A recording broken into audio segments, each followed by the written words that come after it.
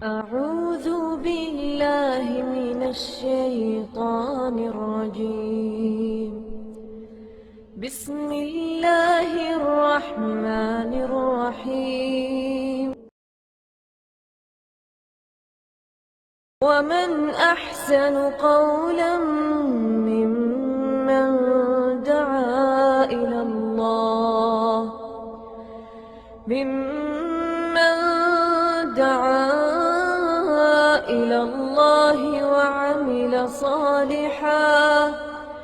وعمل صالحا وقال إنني من المسلمين.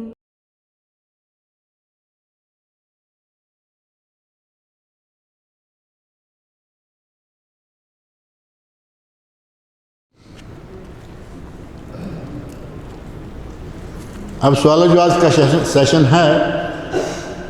پہلا سوال یہ ہے کہ اگر کسی مصلی کی، ایک بات یہاں مجھے مصلی پڑھ کے آتا ہے کہ ہمارے پاکستان میں مصلی پتہ ہے کس کو کہتے ہیں؟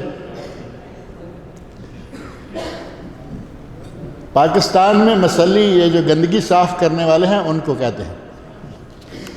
تو لینگویج کے ساتھ یہ فرق پڑتا ہے۔ اصل میں انہوں نے صلاۃ، بعض لوگ بڑی سختی کے ساتھ یہ کہتے ہیں کہ نماز نہیں کہنا، صلاۃ ہی کہنا ہے، تو وہ نمازی کہنے کے بجائے ظاہر ہے کہ وہ مصلی کہیں گے۔ تو کہتے ہیں کہ مصلی کی فرض نماز کی پہلی 2 رکعتیں امام کے ساتھ چھوٹ گئی ہوں تو جب وہ بعد میں اٹھ کر 2 رکعتیں پڑھے گا تو اس میں سورہ فاتحہ کے ساتھ دوسری صورت ملائے گا یا نہیں ملائے گا؟ یہ مسئلہ کافی پوچھا جاتا ہے یہاں، بلکہ ہمارے بعض لوگوں نے، بعض ساتھیوں نے یہ بتایا کہ دمام جائیں تو وہاں مسئلہ اور بتاتے ہیں اور خبر آئیں تو وہاں مسئلہ اور بتاتے ہیں۔ وجہ کیا ہے؟ اب دمام خبر کے اندر ہی اتنا فرق ہو گیا ہے تو اب پوری دنیا اسلام میں کیا کیا فرق نہ ہوں گے۔ اصل میں نبی اکرم صلی اللہ علیہ وسلم کی حدیث ہے کہ تم نماز کی طرف آؤ، اور نماز کی طرف آتے ہوئے کس حال میں آنا ہے؟ وَعَلَيْكُمُ السَّكِينَةَ وَالْوَقَارَ، نماز کی طرف آؤ اور تم پر اس وقت سکون اور وقار، سکون و وقار چھایا ہوا ہونا چاہیے۔ اگر کوئی آدمی بھاگم بھاگ دوڑتا ہوا آتا ہے تو کوئی باوقار انداز تو نہیں ہے نا۔ مسجد میں آؤ، جماعت کھڑی ہو گئی ہے ٹھیک ہے، لیکن باوقار طریقے سے چلتے ہوئے آؤ، جو امام کے ساتھ مل جائے وہ پڑھ لو، اور جو نکل چکی ہے، یہاں آگے 2 لفظ، 2 روایت میں الگ الگ میں، ایک میں ہے کہ جو نکل چکی ہے اسے قضا کر لو، اور دوسری میں ہے کہ جو نکل چکی ہے اسے تم اب ادا کر لو۔ قضا اور ادا 2 لفظ ہو گئے نا۔ تو قضا پڑھنی ہو نماز تو اس کو کس طرح پڑھا جاتا ہے؟ کیا اس میں کچھ تبدیلیاں کی جاتی ہیں یا جیسے تھی؟ اگر فجر قضا ہو جاتی ہے مثال کے طور پر تو 2 ہی رکعتیں پڑھی جاتی ہیں فرض جو ہیں، سنتے ساتھ شامل کر لیں، اور ان 2 رکعتوں میں سورہ فاتحہ بھی ہوگی اور اس کے بعد سورت بھی ملائیں گے۔ تو یہ جو نمازی ہے یا مصلی ہے، اس مصلی کی 2 رکعتیں نکل چکی ہیں جن میں سورہ فاتحہ کے بعد کوئی سورت بھی تھی۔ جب قضا کرے گا تو کیا کرنا ہوگا؟ جو قضا ہوئی ہے اس میں سورہ فاتحہ اور کوئی سورت تھی، یہ قضا کرے گا، اٹھ کے 2 رکعتیں پڑھے گا، ان میں سورہ فاتحہ بھی پڑھے اور کوئی سورت بھی ملائے۔ کوئی صورت ملائے گا تو انشاءاللہ اس کو ثواب بھی، ظاہر قرآن پڑھا ہے نا اس نے۔ نماز میں قیام کی حالت میں تلاوت کرنا بہت ہی اجر و ثواب کا باعث ہے۔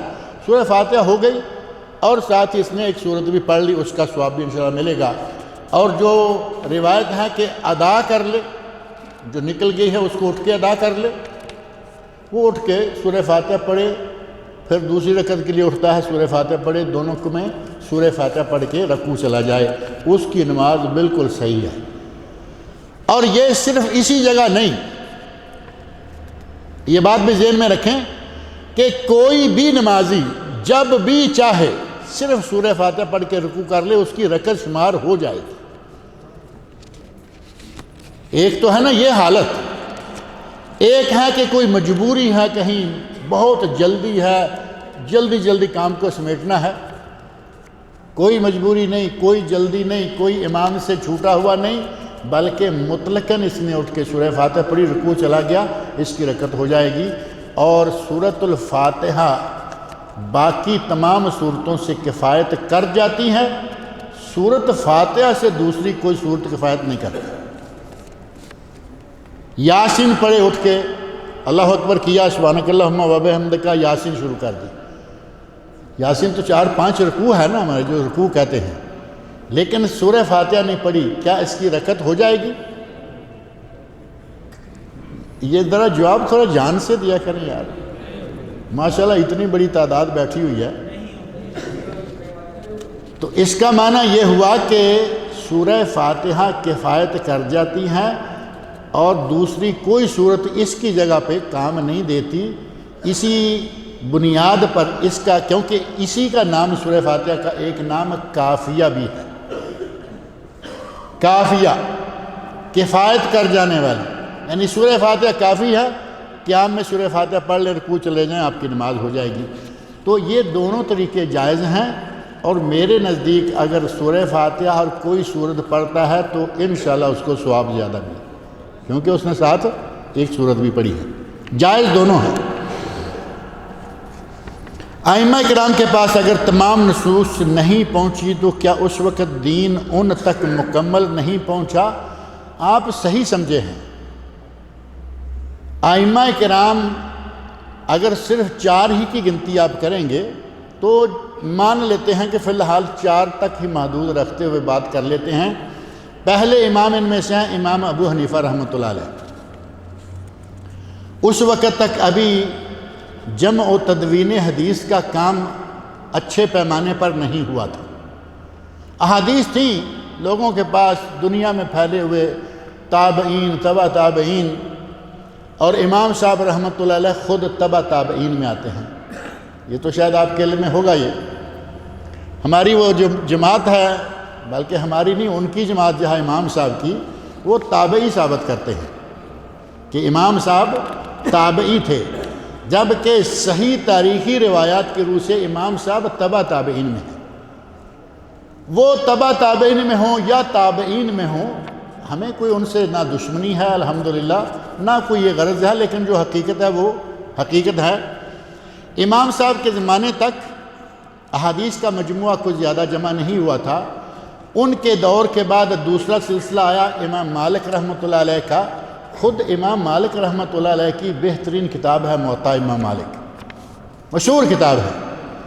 آگے بڑھے امام شافعی کا دور آیا، مسند امام شافعی، کتاب العلم امام شافعی، کتاب الرسالہ امام شافعی، حدیث کی اور فقہ الحدیث کی، بلکہ اگر یہ کہیں کہ اصول حدیث کے بانی، اصول حدیث کے بانی امام شافعی رحمۃ اللہ علیہ ہیں، اس بات کو دنیا بھر کے علماء مان چکے ہیں۔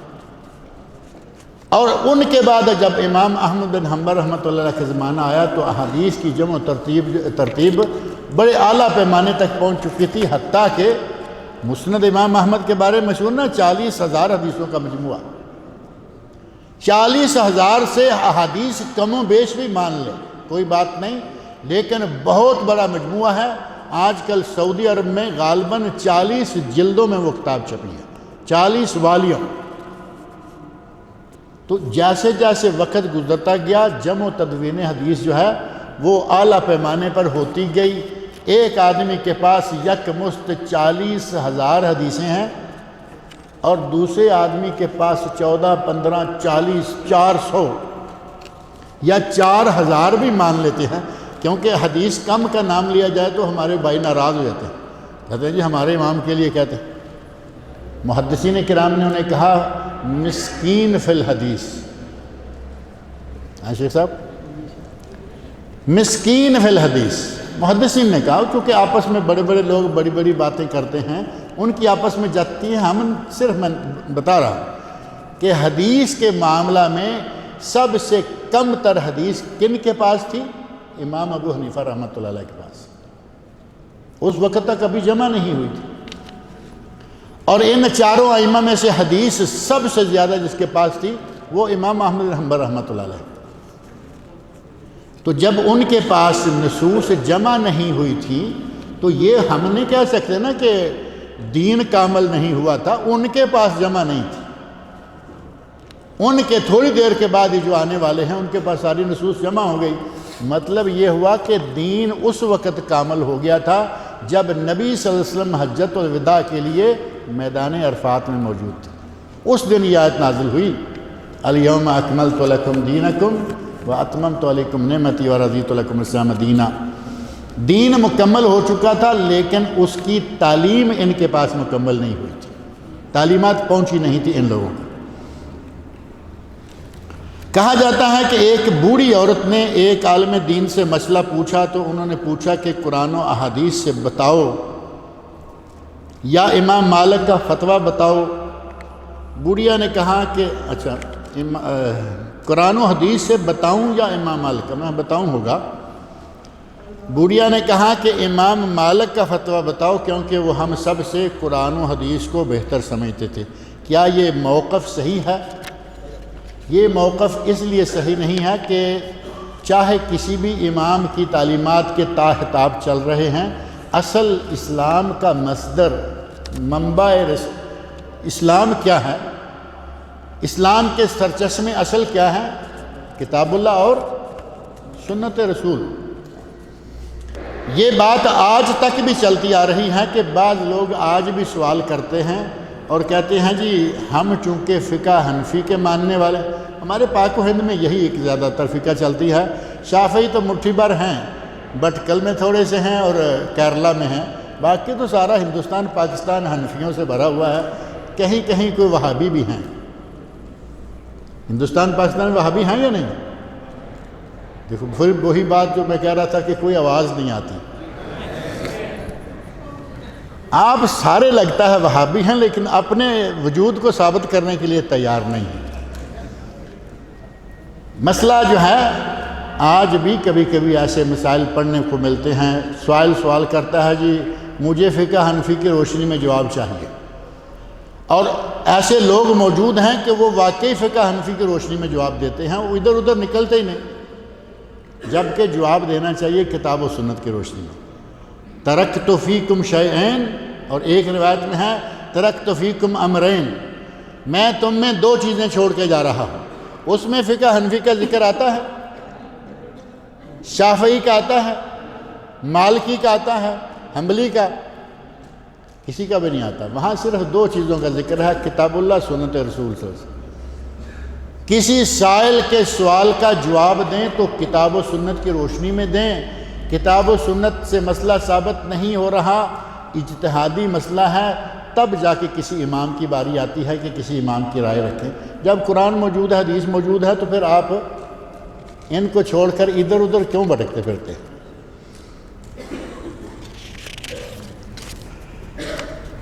میری بیوی میرے باپ کو خدمت کرنا کیا حکم دیتا ہے؟ میرا خیال یہ پوچھنا چاہتے ہیں کہ میری بیوی میرے باپ کی خدمت کرے یا نہ کرے، اسلام کیا حکم دیتا ہے؟ جبکہ میرے والدین کا میرے سوا کوئی سہارا نہیں اور میں ساتھ میں رکھنا چاہتا ہوں۔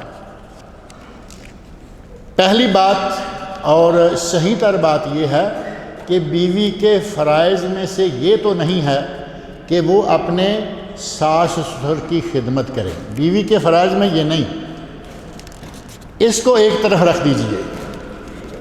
دوسری بات ذہن میں رکھیں کہ اگر شوہر ناراض ہو جائے اور رات بھر ناراض رہے تو ساری رات فرشتے اس عورت پر لعنت برساتے رہتے ہیں۔ شوہر نے کہا کہ میرے بابا کے لیے چائے بنا دو، کہے کہ میں تیرے باپ کی خدمت کی پابند نہیں، شرعی طور پر، شوہر راضی ہوگا یا ناراض ہوگا؟ اور صبح تک عورت پہ لعنتیں آئیں گی یا نہیں؟ بے شمار فرشتوں کی لعنت۔ خواتین آج کل پڑھی لکھی خواتین اس طرح کے مسائل بڑے اٹھا رہی ہیں، یہ ساس سسر کی خدمت ضروری، بالکل ٹھیک ہے، ساس سسر کی خدمت ضروری نہیں اگر شوہر طلب نہیں کرتا. جب شوہر طلب کر رہا ہے، شوہر کی نافرمانی کرتے ہوئے ساس سسر کو چھوڑیں گے. آپ نے ساس سسر کو نہیں چھوڑا، اپنے شوہر کی نافرمانی کر. اور نبی اکرم صلی اللہ علیہ وسلم ارشاد فرماتے ہیں اگر غیر اللہ کو سجدہ جائز ہوتا تو میں بیوی کو حکم دیتا کہ وہ اپنے شوہر کو سجدہ کرے. کہاں سے لائیں گے اب اس کا جواب؟ آپ بیوی کے اپنے شوہر کے والدین کی خدمت ضروری نہیں سمجھتے، کوئی بات نہیں، لیکن اپنے شوہر کی بات تو مانیں. وہ کہہ رہا ہے ان کی خدمت کریں.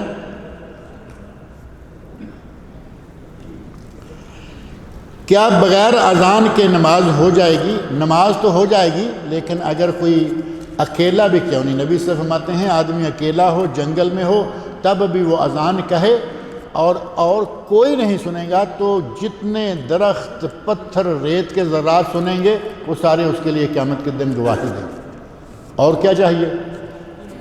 فرض نہیں، لیکن اذان کہہ کے نماز پڑھنی چاہیے.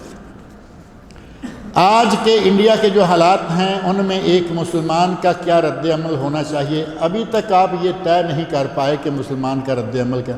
شیخ جابر صاحب یہی کہہ رہے تھے، یاسر جابری صاحب، مجموعی طور پر میرا خیال ہے میں نے بھی کچھ اسی طرح کی باتیں کہی ہیں، لیکن سوال پھر بھی آ گیا ہے کہ مسلمان کا موقف کیا ہونا چاہیے.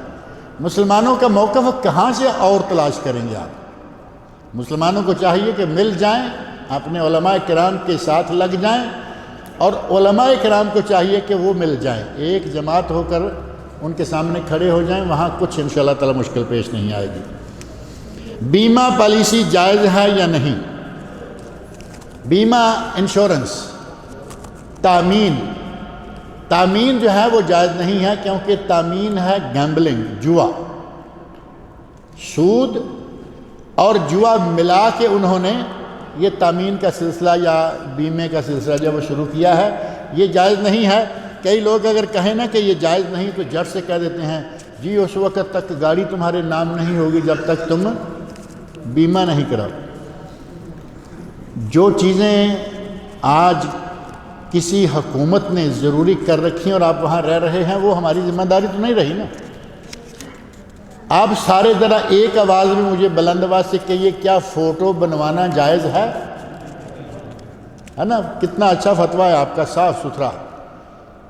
آپ میں سے کوئی شخص ایسا ہے جس نے فوٹو نہ بنوایا ہو؟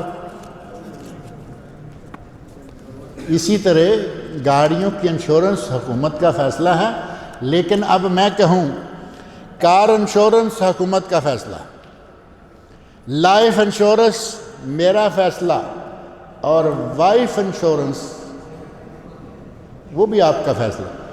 یہ انشورنسیں جتنی بھی ہیں یہ جائز نہیں ہیں.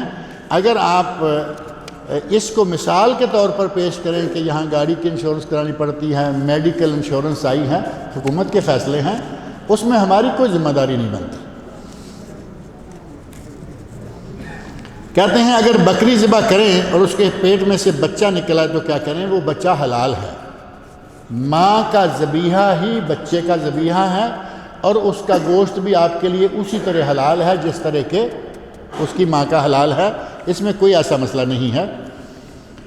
جب نبی اکرم صلی اللہ علیہ وسلم کی حدیث سے ثابت ہے کہ مسلمانوں پہ ایسا وقت آئے گا جس کو آج ہم فیس کر رہے ہیں، تو بہتر نہیں ہوگا کہ کچھ پریکٹیکل کام کروائے جائیں، یعنی قول و فعل دونوں کو مضبوط کروایا جائے. اب یہ پتہ نہیں کیا کروانا چاہتے ہیں. یہاں تو محاذ جنگ نہیں کھل سکتا نا، یہاں تو آپ پرامن جگہ پہ رہتے ہیں، لیکن جہاں محاذ جنگ ہیں وہاں مسلمان ہیں، وہ ملیں، آپ ان کے لیے دعائیں کریں، ان کا جو بھی وہاں کا ماحول ہے اس کے مطابق اپنے کسی امیر کے تحت، اپنے کسی قائد کے تحت مل کر ان حالات کا مقابلہ کریں. یہی اس کا بہترین حل ہے.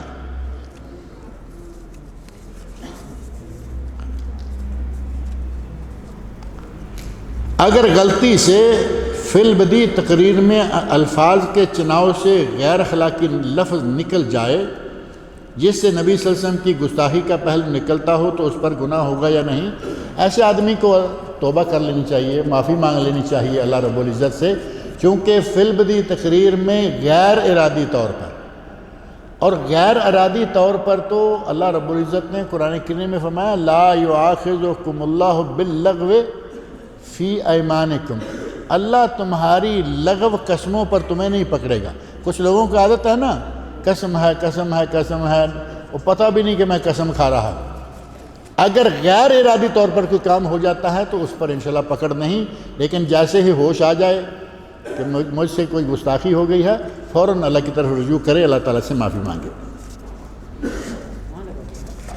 کہتے ہیں مروان بن حکم صحابی تھے؟ نہیں تھے، یہ بہت بعد کے ہیں۔ سبھی حضرات کو سلام، سبھی تعریف اللہ کے لیے ہے۔ میرا سوال یہ ہے کہ آج کے دور میں ہو رہے مسلمانوں پر ظلم یعنی مصیبتیں اور آسانیاں، آپ کے جوابات میرا خیال ہے شیخ یاسر صاحب دے چکے ہیں کہ آج کے دور میں جو مصیبتیں پریشانیاں آ رہی ہیں ان کا حل کیا ہے، اور اسی سلسلے میں تھوڑی سی بات میں نے بھی کہی ہے۔